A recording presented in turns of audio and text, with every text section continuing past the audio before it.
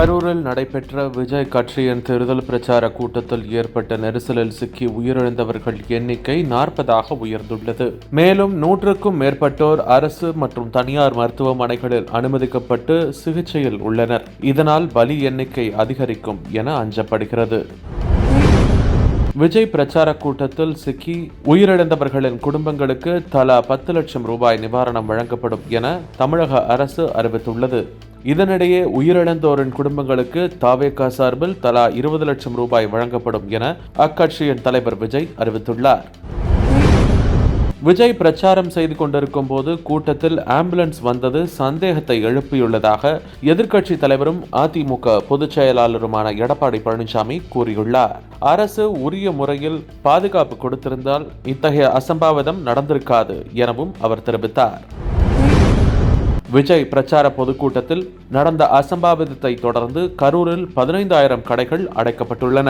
மேலும் பாதுகாப்பு பணியில் 2,000க்கும் அதிகமான போலீசார் குவிக்கப்பட்டுள்ளனர். 10க்கும் மேற்பட்ட அமைச்சர்கள் கரூரில் முகாமிட்டுள்ளனர். விரைவில் அருணா ஜெகதீசன் விசாரணையை தொடங்க இருக்கிறார்.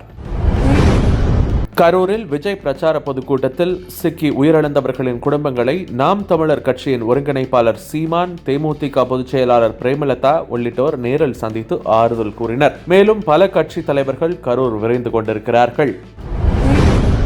நேற்று கரூரில் நடந்த அசம்பாவித சம்பவத்திற்கு பிறகு தவேக தலைவர் விஜயின் வீட்டிற்கு கூடுதல் பாதுகாப்பு போடப்பட்டுள்ளது. துணை ராணுவத்தை சேர்ந்த அதிகாரிகள் நீலாங்கரையில் இருக்கும் விஜய் வீட்டிற்கு வந்துள்ளனர். தனது கட்சியின் முக்கிய நிர்வாகிகளுடன் விஜய் ஆலோசனை நடத்தி வருகிறார். இதனிடையே தவேக பொதுச் செயலாளர் புசி ஆனந்த் உட்பட 4 பேர் மீது வழக்கு பதிவு செய்யப்பட்டுள்ளது. அரசு தரப்பில் வழங்கப்பட்ட பாதுகாப்பில் குறைபாடு இருப்பதாக சொல்கிறார்களே என்ற கேள்விக்கு பதிலளித்த துணை முதலமைச்சர் உதயநிதி ஸ்டாலின், இது குறித்து அருணா ஜெகதீசன் தலைமையிலான ஒரு நபர் ஆணையம் விசாரிக்கும் என்றார். மேலும் செய்தியாளர்களின் தொடர் கேள்விகளால் கோபமடைந்த அவர், விஜயிடம் கேள்வி கேளுங்கள், அவர்தான் அதற்கு பதில் சொல்ல வேண்டும் என கூறினார். ஓய்வு பெற்ற நீதிபதி அருணா ஜெகதீசன் தலைமையிலான ஆணையம் ஏற்கனவே கொடுத்த ஸ்டெர்லைட் தொடர்பான அறிக்கையின் மீது திமுக அரசு எடுத்த நடவடிக்கை என்ன என்று நாம் தமிழர் கட்சியின் ஒருங்கிணைப்பாளர் சீமான் கேள்வி எழுப்பியுள்ளார். இந்த சம்பவத்திற்கு பின்னணியில் சதி இருப்பதாக சொல்கிறார்களே என்ற கேள்விக்கு இதற்கு பதில் சொல்ல முடியாது எனவும் சீமான் கூறினார். கரூரில் நேற்று விஜய் பிரச்சாரம் செய்து கொண்டிருக்கும் போது அவரை நோக்கி செருப்பு வீசப்பட்ட வீடியோ வெளியாகி இருக்கிறது. விஜயை நோக்கி செருப்பு வீசியது யார் என்ற கேள்வியும் எழுந்திருக்கிறது. விஜய் எதிர்ப்பாளர்கள் கூட்டத்தில் கலந்திருப்பார்களா என்ற சந்தேகம் இதிலிருந்து எழுந்துள்ளது.